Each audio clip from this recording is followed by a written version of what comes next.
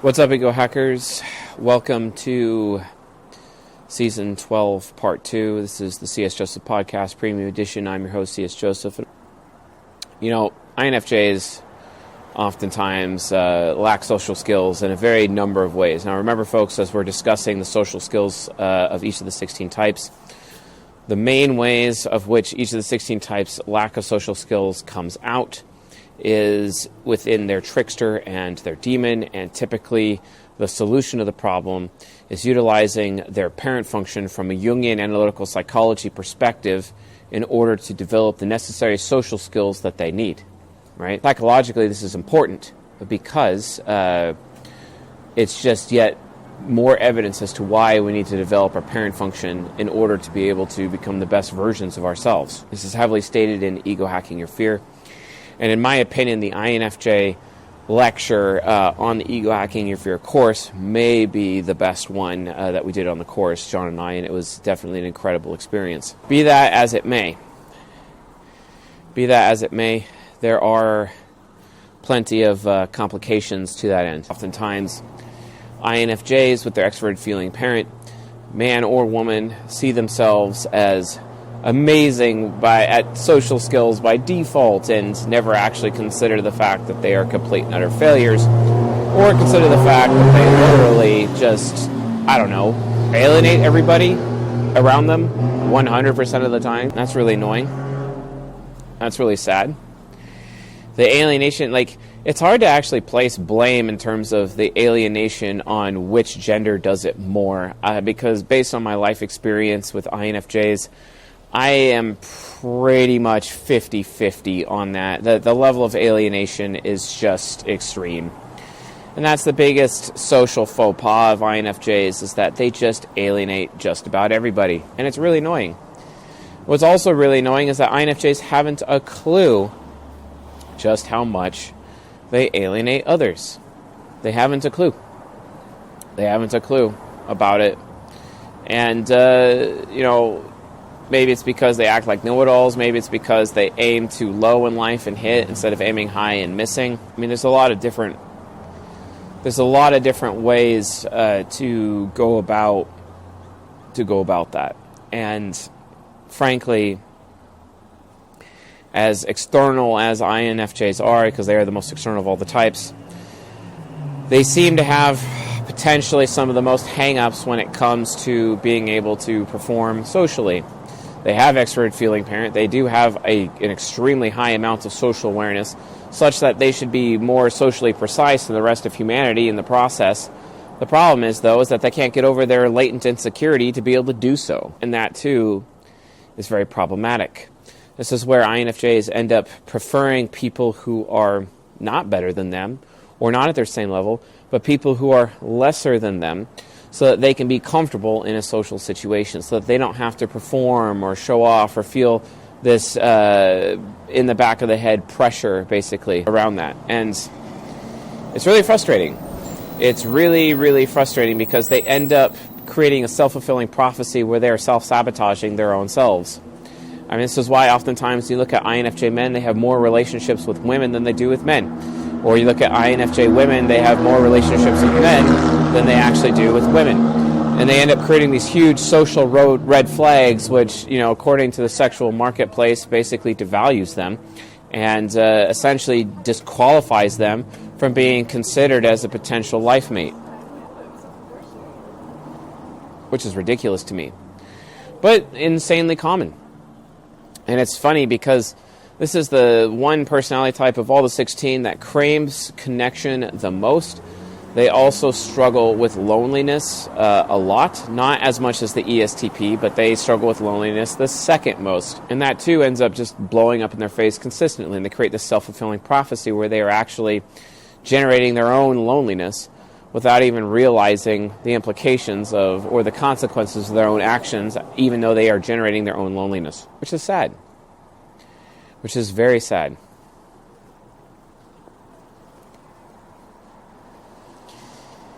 And honestly, it just goes down to their, typical FJ poor judgment in the man side, or poor perception in the women's side, and they just end up getting hung up. They get hung up over and over and over. And they end up becoming like these huge receptacles for corruption. And people don't really want to socialize, much less have relationships with corrupt people, although the INFJ definitely is the weakest when it comes to corruption and managing corruption in their life. This is why it's their virtue and their vice. Virtue being integrity and their vice being corruption. I would know. One of my best friends, his name is Lawrence. Fantastic INFJ, very good bass player, fantastic deacon at the church, very respectable man. Although he could not get a date to save his life. He kept on simping over and over and over. And this inhibited women from being willing to be attracted to him. I remember the final girlfriend that he actually had, and her body was extremely physically scarred and gnarled to a point. And ultimately, she represented the best that he could do. And he got into alcohol pretty hard, and then just went out of his way to numb his pain over and over and over. And that's ultimately what introverted sensing demon often does to INJs, is that they have a tendency of numbing their pain. On top of the fact that INFJs, they're part of the soul temple, and if there's one thing the soul temple likes doing the most, that is avoiding pain. They're so avoidant of pain that they will avoid necessary conflict that needs to happen. Because the soul temple represents ultimately the peacemakers. As much as people assume that mind temple is supposed to be the people on the earth that bring about peace, it's actually soul temple. Soul temple is supposed to be like the bridge, to bridge the gap between mind temple and heart temple. Heart temple is always the one leading revolution against the mind temple. Mind temple is always trying to quell the rebellion from heart temple, and we see this consistently throughout our lives, throughout wars, throughout the classroom even, over and over and over. Soul temple is to exist to be like the lawyer between both sides and bridge the gap. But sometimes the action of bridging the gap means that they have to be willing to lay down their own life in exchange to keep someone in heart temple alive, or in exchange to keep someone in mind temple alive. Not unlike Jesus Christ's sacrifice on the cross, basically. Such a sacrifice has been somewhat necessary of Soul Temple, and Soul Temple has become so enabled and so avoidant of pain, and they end up self-medicating themselves, that they end up being no good to anyone, and they end up majoring in minor things. I don't know how many times I see Soul Temple people over and over stuck at dead-end jobs, especially INFJs. INFJs are the absolute worst at it, because they just feel too guilty or feel bad about themselves. I don't want to abandon these people, because they're so afraid of themselves being abandoned that they end up projecting that onto other people in the process. And it's such a projection that it's entirely and utterly annoying. Constantly projecting their own fear of abandonment onto other people, and then as a result of that, because they're projecting this anxiety of abandonment onto other people, they don't want to be the abandoners, but then oftentimes they're the ones that need to learn that some people do need to be abandoned. And that oftentimes are the people that are your lesser. And of course the INFJ is like, no, my FI critic demands that I have sympathy towards everyone, because my FE immature parent, which is still technically a teenager, wants sympathy from others. And through cognitive projection, I'm going to give other people what I am seeking the most, which is sympathy. They want sympathy. And frankly, it ends up being a mess. Why does this happen? Why do they do this? Well, it's the trickster function. The trickster function, the bane of the INFJ existence. The bane, the main bane of the INFJ archetype. I mean, yeah, granted, we talk about introverted sensing demon, which is very similar to the, in how it operates to the introverted sensing demon of the INTJ archetype. For sure, very similar. But the bane of existence really is extroverted thinking trickster, because they want sympathy so bad that they're willing to sit there and listen to anyone. They're willing to listen to the freaks. They're willing to listen to the astrologers. They're willing to listen to the diviners. They're willing to listen to the witches, the warlocks. They're willing to listen to the arcana, the cabal. They're willing to listen to the occult. They're willing to listen to the esoteric, because while they're on their abstraction path, They're just trying to find any way possible to connect with someone, because they know that if they're able to establish a connection with somebody, then they are able to mine with their extroverted feeling parent the sympathy that they're actually looking for. Because to an INFJ, sympathy is proof of connection. Someone is sympathetic towards them or sympathetic towards their cause, the cause of their ENFP shadow, then they are due sympathy. It's actually kind of a covert contract. It's a covert contract that INFJs are not even actually aware of that they're doing, from manipulation. If you want to learn more about covert contracts, watch the Virtue and Vice episode of ESFJs in the Season 7 playlist on the YouTube channel. Covert contracts end up becoming this big issue. Because INFJs, in order for them to get proof of sympathy, that means people are willing to listen to them and listen to their sorrows so that people would feel sympathetic towards them and maybe even offer them help, or maybe even give them the opportunity to be the helper so they can feel good about themselves, so they don't have to feel so useless and so worthless all the time. Because sympathy is like a drug to them. It's the one thing that numbs the INFJ pain the most. The pain that they carry with them every single day of their life. The pain where they're like, oh, I'm a shit person, by default. Even though they didn't actually take any actions that proves that they are a shit person. Pain where they assume that they are useless all the time, right? And it's so funny to watch INFJs create the self-fulfilling prophecy where they feel useless, and because they feel useless, they just choose to be useless, because it's like they're accepting, well, this is just my lot in life, right? An INTJ accepting their lot in life with their modesty virtue, there's some value there. But an INFJ accepting their lot in life? No. There is not value there. Because then they're at risk of committing the INFJ cardinal sin, which is majoring in minor things, right? You can't do this. Cristiano Ronaldo, for example, is an INFJ. Lives with his mother, takes care of his mother, very affiliated fellow. But honestly, is he majoring in minor things? Do you guys really think that? No. No, he's not. Do you think he's useless? No. Do you think he's worthless? No. He's like the best footballer in history. He's the Michael Jordan of, or the LeBron James, or the Shaquille O'Neal of football, aka soccer. Okay? He's a fantastic footballer, right? Well, that's the problem. Like, INFJs get so caught up in their bullshit that they have, no ability to determine what is actually useful, because they just make the assumption, with their TI child God complex, they make the assumption that they're already worthless, that they're already useless. Or perhaps somebody in their life has told them that they are worthless and useless, and the extroverted thinking trickster is willing to believe that person. Oh, this person says I'm shit, so I guess I must be shit. So then I'm justified acting like a little shit. No. No, no, no, no, no, no, no, no, no. Do you honestly believe, do you honestly think that people would actually want to be around you? Do you think that makes you desirable? Do you think that makes you a person of good character? Do you INFJs honestly believe that? Answer is no. Answer is obviously no. Don't do it. Yet it's extremely common for INFJs to do exactly that. It's extremely common to the point where it's gross. It's actually entirely disgusting. You got to stop doing that. But it all stems from the trickster function. The trickster function chooses to listen to everyone. And because it chooses to listen to anyone and anything, it reads any input. It will take any input. It wants all the input. TI child wants to know everything, right?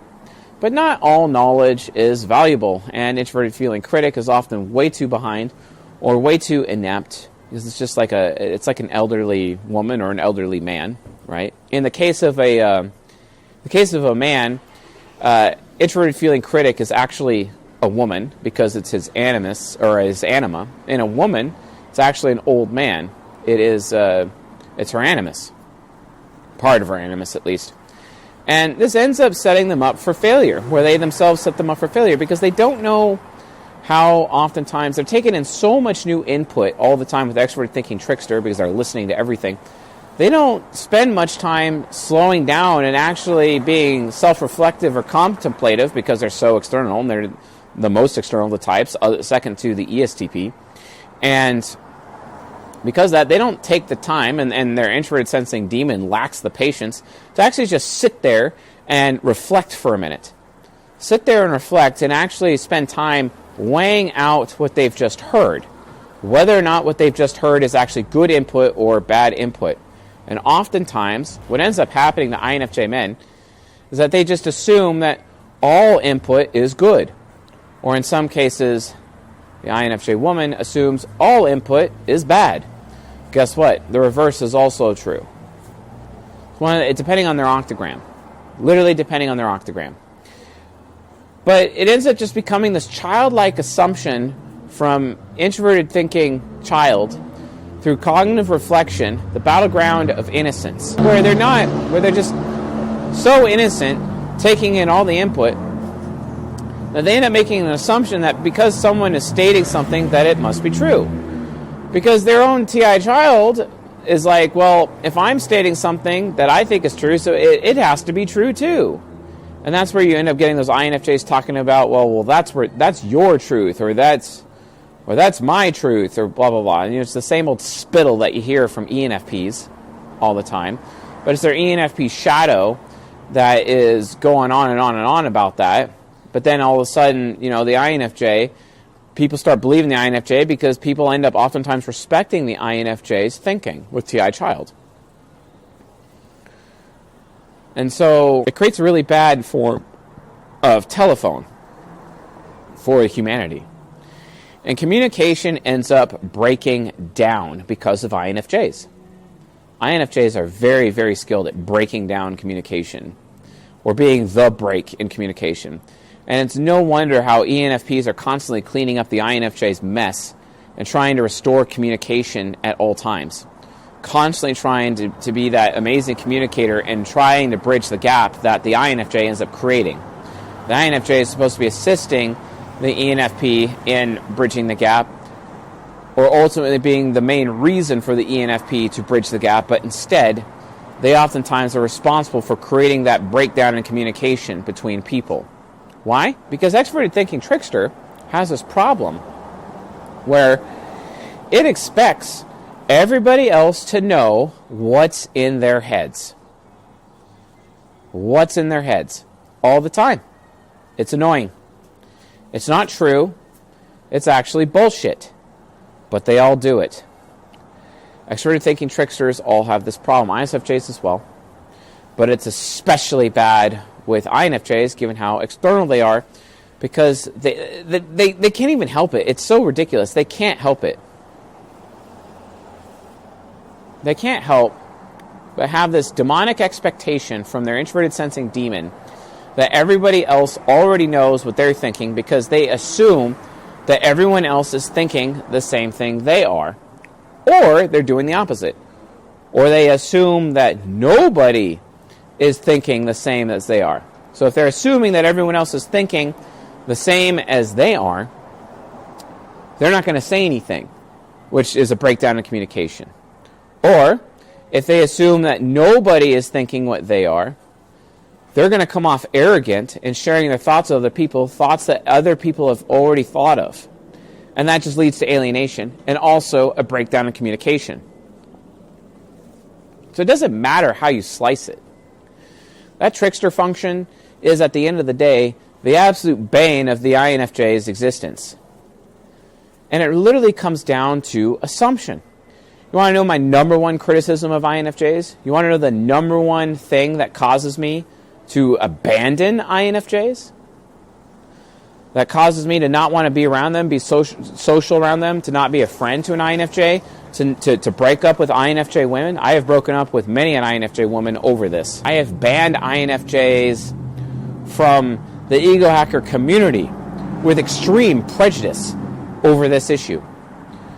Why? Because they'll start thinking something and they won't qualify their own judgment because their extroverted thinking trickster is too weak to act, or their introverted sensing demon is too impatient to be willing to ask questions. INFJs oftentimes arrogantly expect everybody else to provide them information and do data gathering and information gathering for them ahead of time. They expect that. They want all the information to be served up to them on a silver platter. Did you know that doing research stresses out INFJs so much that they oftentimes don't even do it? To them, doing research is akin to having a conversation. They don't want to look up a bibliography. They just don't want to do that. It's a big issue, really big issue. And this is what people find alienating about INFJs the most. INFJs, out of all of the 16 types, jump to conclusions the most. And they make snap judgments the most. Women do it from the perspective of what is socially acceptable. And if I'm behaving in such a way that is not socially acceptable, I must be wrong by default. So they will judge me without asking questions. Or men, what they end up doing, INFJ men, what they end up doing, they already just assume that I'm wrong, judge me, and then not ask questions, right? The thing is, I'm not making this all about me, even though it sounds like it, because this is how their trickster function treats everybody. And this leads to social failure after social failure.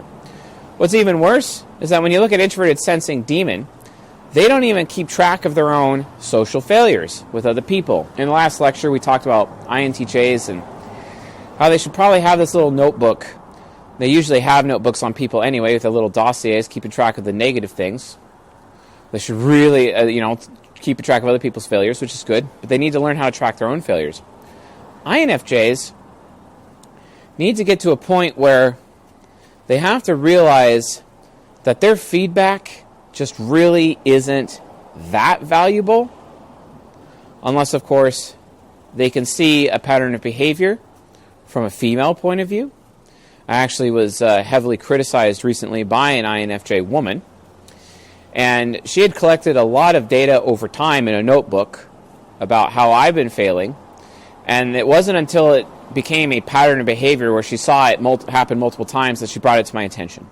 This is an example of a healthy way to provide feedback. This is also an example because by listing out all of her concerns and all of her perceptions that can show a pattern, she is implying an opportunity where she's saying, hey, I'm not making any judgment about you, and I'm giving you the opportunity to defend yourself.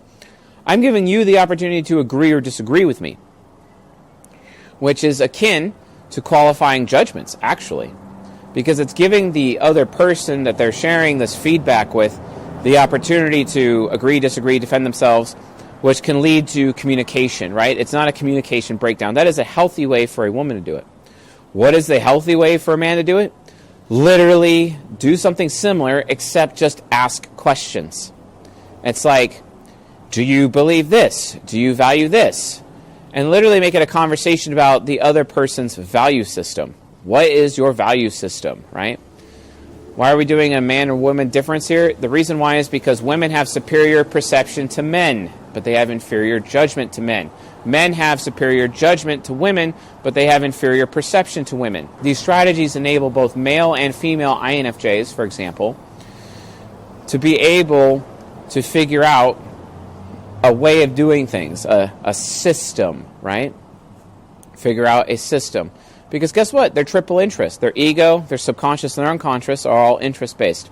Yet their ISTJ superego is all about being systematic. And this is a way they could basically utilize self-discipline with their introverted sensing demon in such a way where they could actually produce a system of verification when it comes to communicating with other people. That way people don't feel alienated.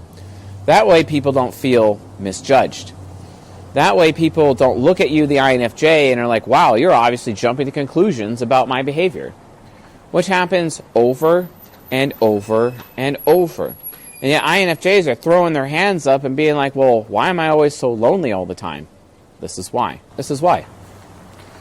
They hate loneliness, but they have the opportunity to connect with others, and if they just follow one of these two strategies, they won't be lonely. Versus heart temple. Heart temple is all about introvert intuition, God function. It's all about independence. No one understands the way of walking alone, also known as dokudo. No one understands the way of walking alone. No one understands loneliness, and no one can handle loneliness better than heart temple. It's like heart temple people have to be lonely in order to grow, right? Versus it's the complete opposite with the INFJ. The INFJ needs to learn how to consistently be able to connect with other people, because loneliness is actually what stunts the INFJ's growth. But how are you going to do that if your communication is so shitty that you can't even connect with people?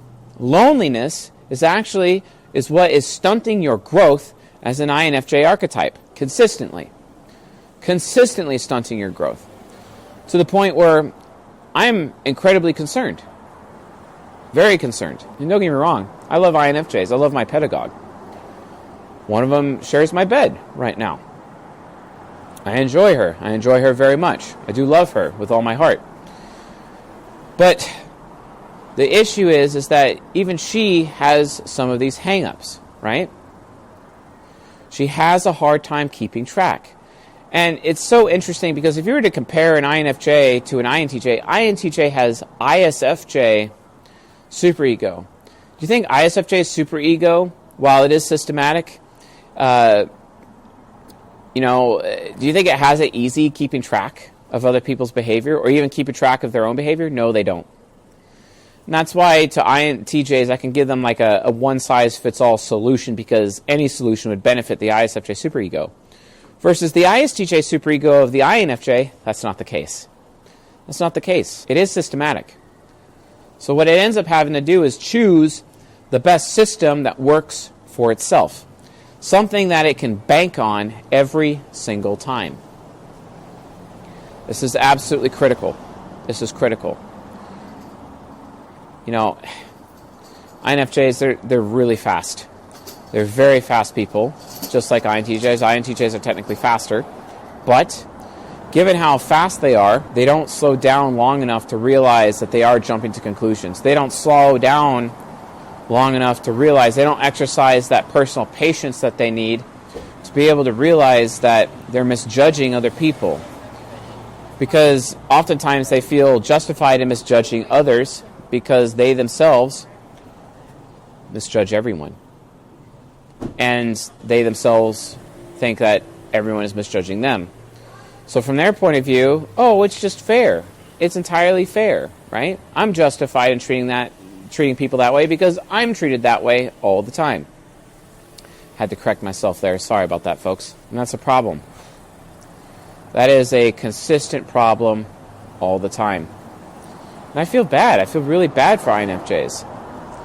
You know, I have TI masculine primary as UDSF ENTP, or FI masculine primary as a UDUF ENTP. I'm getting close to getting back into UDSF. I've been mostly UDSF this week, but still working on it. But the point is that, like, you know, my pedagogue type, the INFJ archetype as my pedagogue, if they're going to be pedagoguing a young version of myself, I could end up taking on the traits, their bad behavior of jumping to conclusions. INFJs do this consistently with TE Trickster. Y'all need to stop jumping to conclusions. It's literally destroying your social life. It is literally what is making you alone. It is what causes you to alienate other people. This is the actual problem. It's the main problem. You're lacking the patience in your SI demon, and you really very much hate doing research. And for some reason, you believe, wrongly, that just talking to people is good enough. And listening to everyone is good enough for you to shape your judgment or shape your perception of others around you, when the reality of the situation is, this is categorically false. It is entirely false. Which sucks. It really sucks. I do not wish that on any INFJ. So you all have to learn how to solve this problem. Ask yourselves this question. Is misjudging others or jumping to conclusions, is that actually socially acceptable? Is it? The answer is no. In comes the parent function. When your parent switches from teenager to parent, okay, it's because you realize that the only thing you really know is that you don't know anything. Socrates, right? Socrates, the teacher, the ENTP teacher to Plato, the INFJ. You don't really know anything. You are naive with what you know because TI, your function, guess what, is still a child. You really don't know anything. So you need to use your F functions, your FI critic, in conjunction with your FE parent to qualify those judgments. So here's how you do it. Ask for feedback about what you think you know. Ask your feedback. Ask for feedback. This is actually the main strategy that you can use to qualify your judgments and to not jump to conclusions. Ask for feedback. So let's say you judge me. Let's say you make some conclusions about me after like hanging out with me or whatever. But you go find some other people who have life experience with me, for example, and ask them, hey, this is what I think about Chase. What do you believe? What's your feedback on what I think about Chase, right? Learn how to responsibly ask for feedback. It's so funny how lazy extroverted feeling parent is and how it never actually asks for feedback. It's so lazy, they never ask for feedback, and because they don't ask for feedback, they end up having this problem. They end up having this problem consistently. When you don't ask for feedback, and you don't make a point of utilizing this strategy, you're not asking for feedback from other people, what are you going to do? You're going to jump to conclusions. You're going to alienate people consistently. And then you're going to find yourselves lonely and alone, and when that happens, your growth is stunted. Okay? That's what happens to INFJs. They don't provide feedback. There's a gentleman here who just sat down. This man is a master at providing feedback. He's an individual that I would recommend people like you actually ask for feedback. He pays attention to everyone else around him all the time. He's aware of what they're doing all the time and what they've done, and he can kind of get an idea of what their life experience is, right? And so because of that, he would actually be a great resource that you could just go to and be like, hey, how do you feel about this person, right? So you can get more of the picture or more of the full story, right? Because you're actually not being a lazy ass and doing the research by asking for other people's feedback. Instead of just assuming that you know that what you know is correct. Why? Because you thought it, and because you thought it, it's automatically true? No, that's entirely false. Take on other people's life experiences. Yeah. And this man throughout his life, this man right here, he's an INTJ, and he learns from other people's failures, and it takes him a long time to figure out how to learn from his failures, but he begins to be able to do so by building that foundation, by learning from other people's failures first. And then because he sees what other people have done, he tries to avoid what that's done. And then sometimes it works for him, sometimes it doesn't. And then he keeps track of when it doesn't, especially because failure is the best teacher. The problem is that you people are so afraid of failure that you won't even ask for feedback from other people to confirm your thoughts about people or your thoughts about yourself, such that you end up becoming ignorant of not just everyone else's failures, but your own failures too.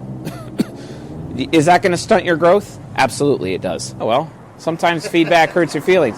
And that's the thing, you folks, again, are part of Soul Temple, right? Soul Temple is really great at avoiding pain. You don't want your feelings hurt, especially if you're an INFJ woman, for example. You don't want your feelings hurt, right?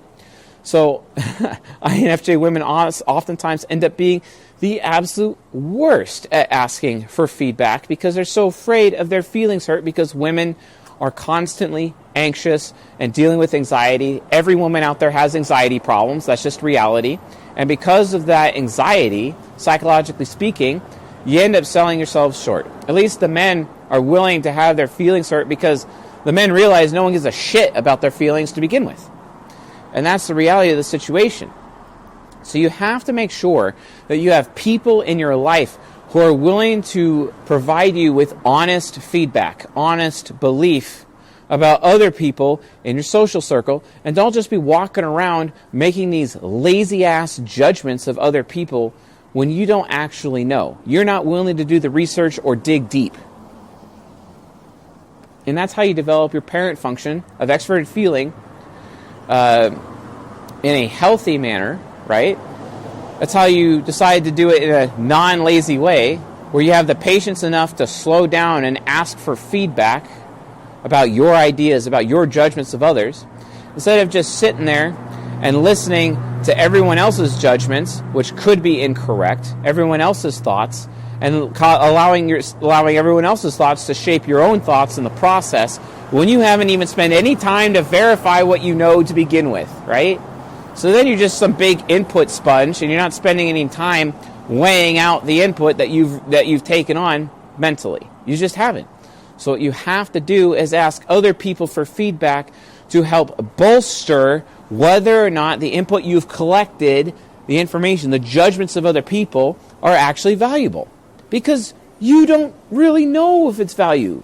You don't really know if there's value there to begin with. One of my closest INTJ friends down here, fantastic fellow, a man of extreme moral fiber, even though his best friend actually just died recently, his best friend being the owner of this establishment right here. That's why he's always here. He's in mourning. And oftentimes feel bad for him, but he's still a good man, and he still moves forward, and he understands the way of walking alone. But that's something Heart Temple can do. It is not something Soul Temple can do. But you folks end up sabotaging your own relationship. You sabotage your own connections. Why? Because you won't ever ask for feedback. You're too scared. You're too scared to ask for feedback. You're too scared of having your feelings hurt. You're too scared of the risk of being potentially reminded of just how worthless and how useless you are. But you're only useless and worthless. You only feel that way. That's a feeling. That's a belief, right? You only feel that way because you're not asking for feedback. You struggle with qualifying your own judgments, and eventually you'll be able to. Eventually. But you have to go through the process. You have to walk the journey. Stop using your anti-hero to shortcut your way around it. Shortcut you can't shortcut confirming your judgments about others. You can't shortcut to confirming judgments about yourself. You don't actually know what TI child God complex actually is. You can't do that. So you have to do something different. You have to have the patience to ask for feedback. It's the angelic parent, where you have the patience of your SI demon flowing into your extroverted feeling parent, and you're asking for feedback. The more feedback you collect, instead of collecting the judgments of others, collecting the thoughts of others, and thinking that you're some rational human being when you're not, and recognize this weakness of yours, by collecting that feedback, then you could start guiding your TI child's thinking by allowing other people's feedback to sharpen your TI. That way, you can either confirm your judgments or maybe even disprove what you think with your TI child, which is far more valuable. The more you realize this, the more you realize just how subjective life is. Instead of you walking into a room, starting telling people what you think, even though they're already thinking it, it ends up becoming a huge problem, a very huge problem. Watch out. You got to watch out for this, folks. You can't do this. In order for you to have the absolute best social skills, recognize that asking others for feedback is literally the foundational building blocks of building your cognitive origin of intimacy and connection with other human beings. Okay? Because at that point, you'll be able to filter the things that you listen to, whether or not they're actually valuable, or the things that you have listened to, whether or not those things are valuable. Because the things that you have listened to in the past, guess what? Form your judgments of other people in your life, and they can end up blowing up in your face, which you don't want. You don't want that. Don't be that person. You can't be that person. You can't be that person at all. You have to rise above this. You have to grow, INFJs. You're meant for so much more. You are meant to be leaders. You are meant to be the tip of the spear for our race. You are meant to be to help bridge the gap between mind temple and heart temple. Literally, you have the ability to stop war from happening. Why? Because as a result of that, as a result of you asking for feedback in a healthy way from other people, you're actually able to become a more complete human being.